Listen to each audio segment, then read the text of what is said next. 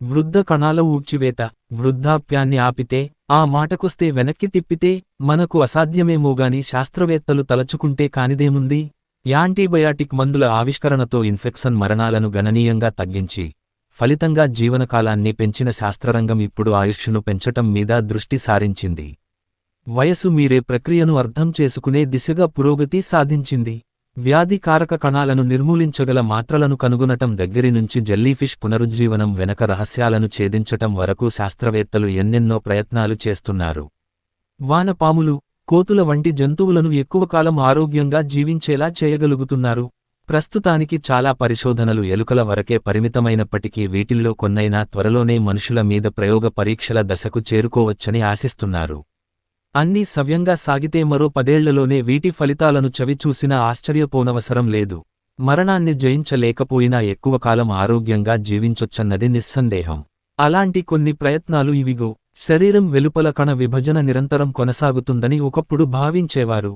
అయితే 50 సార్లు విభజన చెందిన తర్వాత ఈ ప్రక్రియ ఆగిపోతున్నట్టు లియోనార్డ్ హేప్లిక్ 1961లో గుర్తించారు. ఇవి వృద్ధాప్యానికి చేరుకుంటున్నట్టు బయటపడింది. మనుషులు, జంతువుల్లోనూ ఇవి వృద్ధాప్యానికి కారణమవుతున్నాయా? దీనికి అవుననే సమాధానం వస్తోంది. వయసు మీద పడుతున్న కొద్దీ శరీరంలో ఇలాంటి కణాలు పోగుపడుతూ వస్తుంటాయి. మంచి విషయానికి ఏంటంటే, వీటిని ఊడ్చివేసే, నిర్మూలించే మందులను ఆవిష్కరించటం. డాసాటినిట్ అనే కీమోథెరపీ మందు, పండ్లు, కూరగాయల్లోని క్వెర్సెటిన్ అనే రుచి కారకం ఎలుకల్లో వృద్ధ కణాలను నిర్మూలించి, మంచి ఆరోగ్యంతో ఎక్కువ కాలం జీవించేలా చేస్తున్నట్టు బయటపడింది. క్యాన్సర్, గుండె జబ్బుల వంటి వ్యాధుల నివారణకే కాకుండా శరీరానికి ఇంకాస్త బలాన్ని ఇస్తున్నట్లు వెల్లడైంది. కంపెనీలు ఇలాంటి మరికొన్ని మందులను రూపొందించటం మీద దృష్టి సారించాయి. వీటిల్లో ఏది సఫలమైన వయో ప్రక్రియను ఆపే దిశగా కొత్త ముందడుగు పడినట్టే. వయసా మరలవే. ఐస్లాండ్లో అద్భుత మందు. భారీ రాతి బొమ్మలకు నిలయమైన ఐస్లాండ్ అద్భుతమైన మందును ప్రసాదించింది. అదే రాపామైసిన్. దీన్ని 60ల్లో అక్కడి నేలలో గుర్తించారు.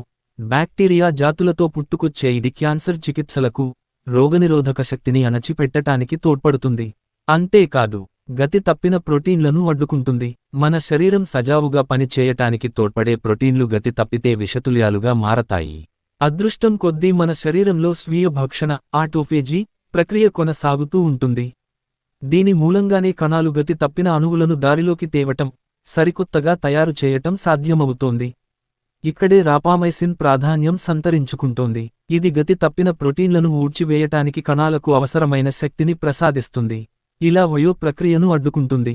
ఇది ఎలుకల్లో 20% వరకు ఆయుష్ను పెంచినట్టు ప్రయోగ పరీక్షల్లో బయటపడింది. గుండె, చిగుళ్ల జబ్బుల వంటి వాటిని తగ్గిస్తున్నట్లు వెల్లడైంది. ఈస్ట్, నేలపాములు, ఈగల జీవనకాలాన్ని పెంచుతున్నట్లు తేలింది. వృద్ధుల్లోనూ రాపామైసిన్ ఇలాంటి ప్రభావమే చూపుతుండటం విశేషం. శిశువుల్లో దాగిన రహస్యం. శిశు జననం అద్భుతమైన ప్రక్రియ. జీవ నిర్మాణం ఏదో ఒక స్థాయిలో వృద్ధాప్య ప్రక్రియను వెనక్కి మళ్లించిందనటానికిదో నిదర్శనమని చెప్పుకోవచ్చు. ఎందుకంటే తల్లిదండ్రుల నుంచి సంక్రమించిన కణాలతోనే పిండం అభివృద్ధి చెందుతుంది. అంటే వారిలోని పాత కణాలు తిరిగి తొలి వయసు నుంచి పురుడు పోసుకుంటున్నాయన్నమాట. ఇది వివిధ రకాల ప్రాణుల్లో అంతగా క్షీణించకుండా తరతరాలుగా, లక్షలాది ఏళ్లుగా కొనసాగుతూ వస్తుండటం విశేషం. పిల్లల్లో ఇదిలా సంభవమో తెలుసుకుంటే పెద్దవారిలోనూ వయో ప్రక్రియను నిలువరించొచ్చా? టూరిటోప్సిస్ డోర్నీ అనే అమర జెల్లీఫిష్లు దీన్ని సాధించనట్టే కనిపిస్తోంది. ఇవి ఒత్తిడికి గురైనప్పుడు తమ వయో ప్రక్రియను శిశు దశకు మళ్లిస్తాయి. తిరిగి మొదటి నుంచి పునరుజ్జీవం చెందుతాయి. ఇలా ఎన్నిసార్లైనా చేస్తాయి కూడా. వయసును వెనక్కి మళ్లించటమనేది జీవనశాస్త్ర నియమాలకు విరుద్ధం కాదనే సంగతిని ఇవి రుజువు చేస్తున్నాయి. మనుషుల్లోనూ ఇది సాధ్యమైతే పరిపక్వ కణాల్లో గడియారాన్ని వెనక్కి తిప్పొచ్చని 2012 నోబెల్ గ్రహీత professor Shinya యమనక, professor John Gurgaon నిరూపించారు కూడా. కేవలం 4 జన్యువులతోనే ఇది సాధ్యమవుతున్నట్టు. ఇవి పాత కణాలను తిరిగి మూల కణాలుగా మారుస్తున్నట్లు తేలింది. ఈ ప్రక్రియను మనుషులకు ఎలా వర్తింపజేయొచ్చనేది ఇంకా తెలియనప్పటికీ అమెజాన్ సంస్థకు చెందిన ఆల్టోస్ ల్యాబ్ దీని మీద గట్టిగానే కృషి చేస్తోంది. ఎలుకల్లో జీవనకాలం 25% పెరిగినట్టు ప్రాథమిక ఫలితాలు చెబుతున్నాయి. పూర్తిస్థాయి ఫలితాలు వెలువడితే అది గొప్ప విషయమే కాగలదు. శాస్త్రవేత్తలు ఈ దిశగానూ ప్రయత్నించారు. రాపామైసిన్, అకార్బోస్ మందుల కలయిక మంచి ప్రభావం చూపిస్తున్నట్టు తేలింది. వీటి సాయంతోనే ఒక ఎలుక ప్రస్తుతం ఎక్కువ కాలం జీవిస్తున్న మూషిక రికార్డును కొట్టేసింది. రాపామైసిన్ ఇప్పటికే ఉన్న ఔషధాలతోనూ ఔషధాలు వయో ప్రక్రియను అడ్డుకోవటం గమనార్హం. ఉదాహరణకు మధుమేహానికి వాడే ఎసిఎలి-2 ఇన్హిబిటార్స్ రకానికి చెందిన కానాగ్లిష్లోజిన్, డాపాగ్లిప్లోజిన్, ఎంపాగ్లిప్లోజివ్లనే చూడండి. ఇవి గ్లూకోజును తగ్గించటంతో పాటు మొత్తంగా ఆరోగ్యాన్ని మెరుగుపరచే పనిని చేపడుతున్నాయి. ఇలా ఆయుష్షు పెరిగేలా చేస్తున్నాయి. కానాగ్లిష్లోజిన్ ఎలుకల్లో 14% వరకు జీవనకాలాన్ని పొడిగిస్తున్నట్లు వెల్లడైంది. గ్లూకోజును తగ్గించే మెట్ఫార్మిన్, ఆకార్బోస్, ఎముకల పటుత్వాన్ని కాపాడే బిస్పాస్పేట్ రకం మందులు సైతం మంచి ఫలితం చూపుతున్నాయి. బరువు తగ్గటానికి కొత్తగా అందుబాటులోకి వచ్చిన సెమాగ్లుటైడ్ కూడా ఆశలు రేపుతోంది. ఇది తక్కువ ఆహారం తినేలా చేయటం ద్వారా జంతువుల్లో జీవనకాలాన్ని పెంచుతున్నట్టు బయటపడింది. ఈ మందులు ఇప్పటికే అందుబాటులో ఉండటం మరింత ఆసక్తికరమైన విషయానికి.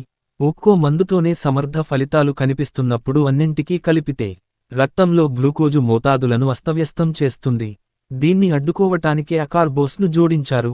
వీటి కలయికతో మగ ఎలుకల్లో 40%, ఆడ ఎలుకల్లో 30% జీవనకాలం పెరగటం విశేషం. రాపామైసిన్, వృద్ధ కణాలను నిర్మూలించే మందు, డిఎన్ఏ మీది రక్షణ టోపీలను బలోపేతం చేసే చికిత్స, ఎముక మజ్జ మార్పిడి. ఇలా 4 పద్ధతులను మేళవించి శాస్త్రవేత్తలు ప్రయోగాలు నిర్వహించారు. ఇది ఆయుష్షును పెంచుతున్నట్టు తేలింది. ఔషధాలను మిళితం చేసి ఇతర జబ్బులకు వాడుతున్న కొన్ని